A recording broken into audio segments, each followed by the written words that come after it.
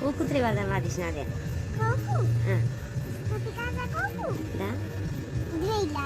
Не викат, оди одма да дизеш 2000. А тешко ти ја? Да? Тешко ти ваѓа.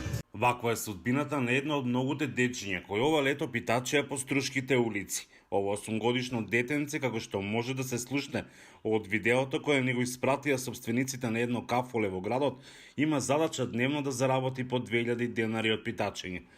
Оваа појава беше евидентно дека е масовна и добро организирана од криминални групи. Најчесто во тоа се вклучени малолетни деца и мајки со бебиња.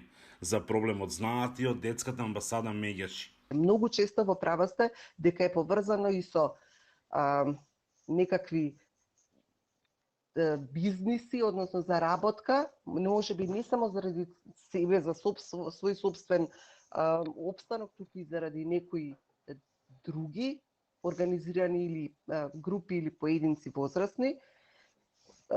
Многу често е поврзано со трговија на луѓе, со искористување на детски труд. Локалните власти во Струга на почетокот на летото ветија решавање на проблемот, но се чини тоа не се случи.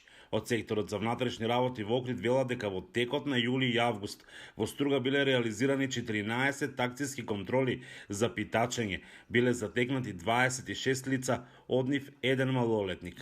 Биле поднесени и 25 барања за прекршочни пријави.